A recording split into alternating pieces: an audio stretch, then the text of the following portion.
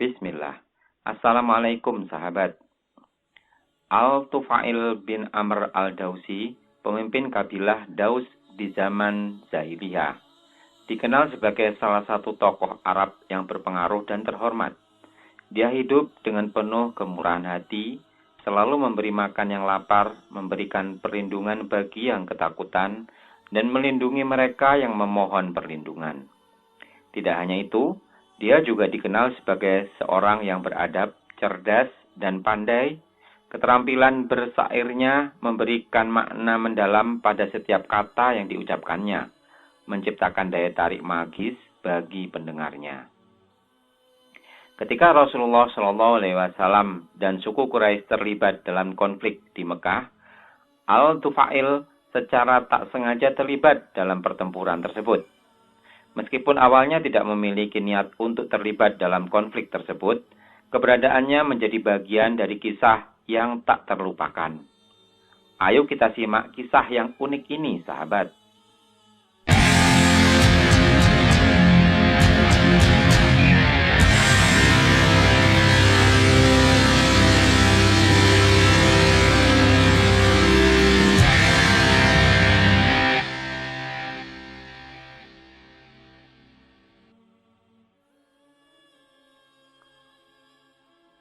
Al-Tufail bin Amr al-Dausi tiba di Mekah dengan harapan dan ekspektasi yang tinggi. Para pemimpin Quraisy menyambutnya dengan hormat. Namun, mereka juga menyampaikan peringatan yang serius tentang Nabi Muhammad SAW. Mereka memperingatkannya bahwa ada seorang yang mengaku sebagai nabi yang telah mengganggu ketertiban dan menyebabkan perpecahan di antara mereka. Mereka menghasut Tufail bahwa kehadiran Nabi tersebut dapat mengganggu kedudukan dan kepemimpinannya di kalangan suku Daus. Dengan suara serius, mereka meminta Al-Tufail untuk menjauhi Nabi dan tidak mendengarkan ajarannya, yang menurut mereka dapat memecah belah hubungan keluarga dan masyarakat.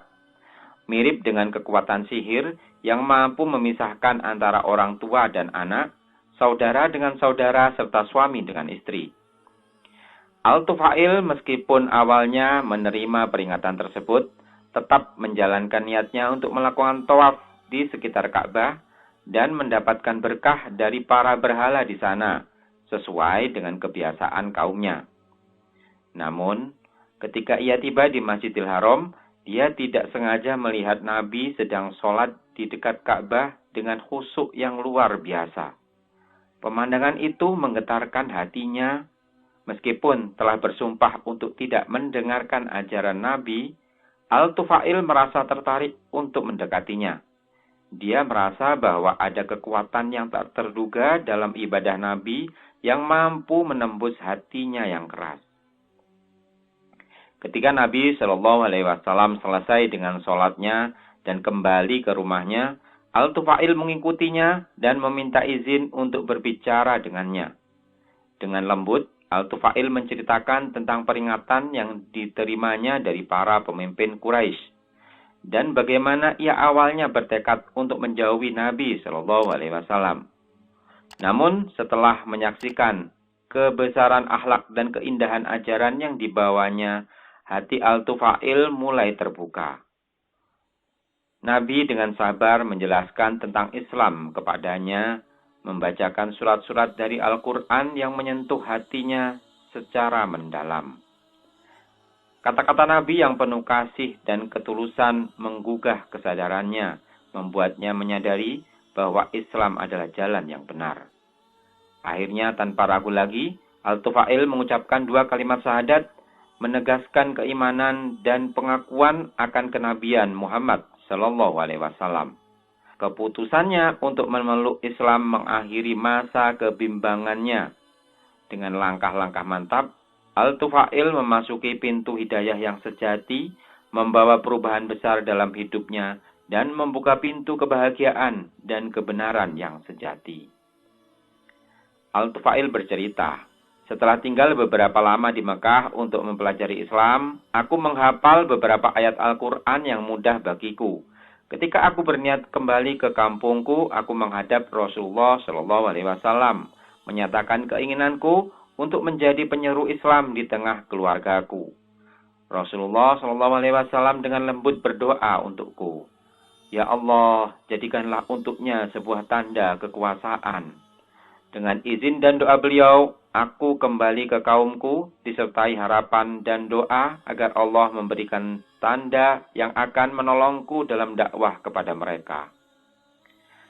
Saat aku mendekati rumahku, sebuah cahaya turun di antara kedua mataku seakan-akan sebuah lampu. Khawatir mereka akan mengira itu sebagai hukuman atas keputusanku meninggalkan agama nenek moyangku, aku berdoa agar cahaya itu dipindahkan dari wajahku. Maka cahaya itu beralih ke pegangan cambukku. Para penduduk yang melihatnya bingung, dan aku memanfaatkan momen itu untuk mendekati mereka. Saat bertemu dengan ayahku yang sudah renta, aku dengan tegas menyatakan keputusanku untuk memeluk Islam. Meskipun awalnya dia bingung, namun setelah aku menjelaskan ajaran Islam, ia dengan tulus memeluk agama baru itu. Kemudian aku juga memaparkan Islam kepada istriku yang akhirnya juga menerima agama ini. Namun, proses dakwah tidak berhenti di situ. Aku mengajak seluruh penduduk kabilah Daus untuk menerima Islam, meskipun responnya tidak langsung. Hanya Abu Hurairah yang dengan cepat menerima ajakan ini menjadi salah satu yang pertama masuk Islam di antara mereka. Ketika aku mendatangi Rasulullah SAW di Mekah, aku membawa Abu Hurairah bersamaku. Rasulullah SAW bertanya kepadaku, "Apa yang ada di belakangmu, wahai Tufail?" Aku menjawab, "Hati yang tertutup oleh kekafiran dan kefasikan serta kemaksiatan telah merajalela di daerah Daus." Mendengar itu, Rasulullah SAW berdiri, berwudu, lalu melakukan sholat. Saat itu beliau mengangkat tangan ke langit. Abu Hurairah mengungkapkan kekhawatirannya. Ketika aku melihat beliau melakukan hal itu, aku khawatir beliau mendoakan kaumku sehingga mereka akan binasa. Namun, Rasulullah SAW justru berdoa, "Ya Allah, berikanlah petunjuk bagi kaum Daus. Ya Allah, berikanlah petunjuk bagi kaum Daus. Ya Allah, berikanlah petunjuk bagi kaum Daus." Melihat beliau melakukan doa yang penuh kelembutan, aku pun merasa terharu. Kemudian Rasulullah SAW menoleh ke arahku sambil bersabda, "Kembalilah ke kaummu, berlaku haluslah kepada mereka, dan ajaklah mereka memeluk Islam." Dengan penuh harapan dan semangat, aku pun kembali ke kampung halamanku, siap untuk menyampaikan pesan Islam dengan cara yang penuh kasih dan bijaksana kepada kaumku. Al-Tufail meneruskan ceritanya dengan penuh semangat. Aku terus berdakwah di daerah Daus, bahkan setelah Rasulullah SAW berhijrah ke Madinah. Perang-perang besar seperti Badar, Uhud, dan Khandak pun terjadi.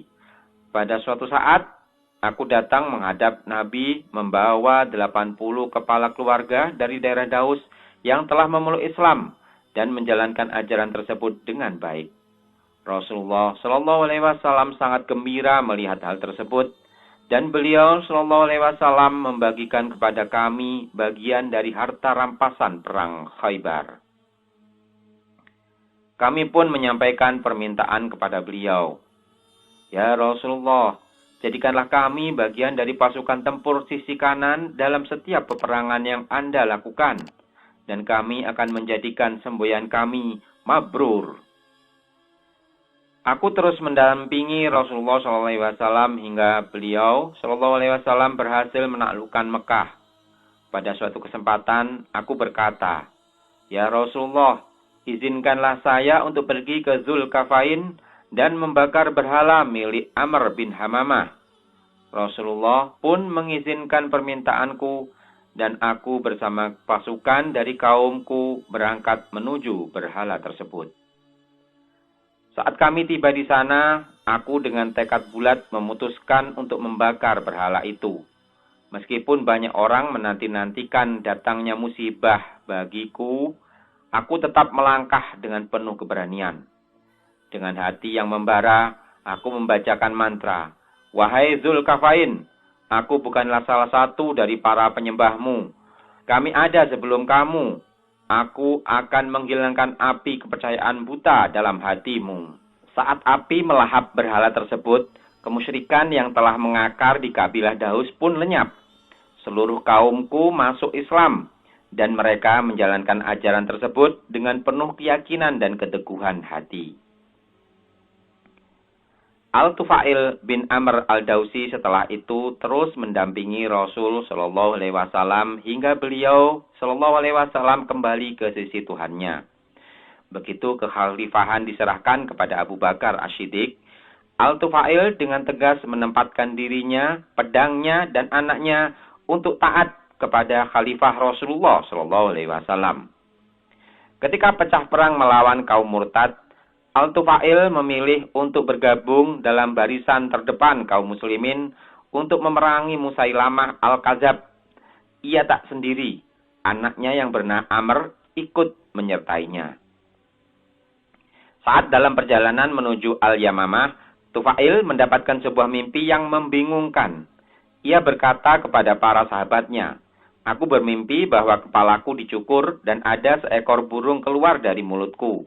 Dan ada seorang wanita yang memasukkan aku ke dalam perutnya. Dan anakku Amr mengejarku dengan cepat, namun ada penghalang di antara kami." Para sahabatnya mencoba menafsirkan mimpinya dengan penuh harap. Tufail, meski telah merenunginya dengan sungguh-sungguh, tetap yakin bahwa mimpi tersebut bisa jadi pertanda takdirnya sebagai syahid. Dalam peperangan di Al-Yamamah, Al-Tufail bin Amr al-Dausi menemui ujian yang luar biasa besar. Namun, ia tak gentar dan jatuh sebagai seorang syahid di medan perang. Anaknya Amr tetap berjuang meski dengan luka-luka serius. Kembali ke Madinah dari Al-Yamamah, ia kehilangan ayahnya dan telapak tangannya, tetapi semangatnya tidak pernah padam. Pada masa kekhalifahan Umar bin Khattab, Amr bin Tufail datang menghadap. Saat itu Umar sedang makan bersama banyak orang yang berada di sekelilingnya. Umar dengan keramahan yang khas mengajak semua orang untuk menikmati hidangan tersebut. Namun Amr menolak undangan tersebut dengan sopan. Umar yang peka terhadap perasaan orang lain bertanya kepada Amr dengan penuh perhatian. "Apa yang terjadi denganmu? Apakah engkau tidak ingin makan karena merasa malu karena tanganmu yang buntung?" Amr dengan rendah hati menjawab, "Benar ya Amirul Mukminin." Dalam sikap luar biasa dari seorang pemimpin, Umar dengan tegas mengatakan, "Demi Allah, aku tidak akan menyentuh makanan ini hingga ia tersentuh oleh tanganmu yang buntung itu. Demi Allah, tidak ada seorang pun di antara kita yang sebagian anggota tubuhnya berada di surga selain kamu." Dengan maksud memuji keteguhan Amr dalam perjuangannya. Impian Amr untuk mendapatkan syahadah terus membayanginya sejak ia berpisah dengan ayahnya. Ketika perang Yarmuk pecah, Amr tak ragu untuk bergabung dengan orang-orang lain yang penuh semangat. Ia bertekad untuk terus berperang, dan akhirnya ia meraih syahadah seperti yang ia dambakannya.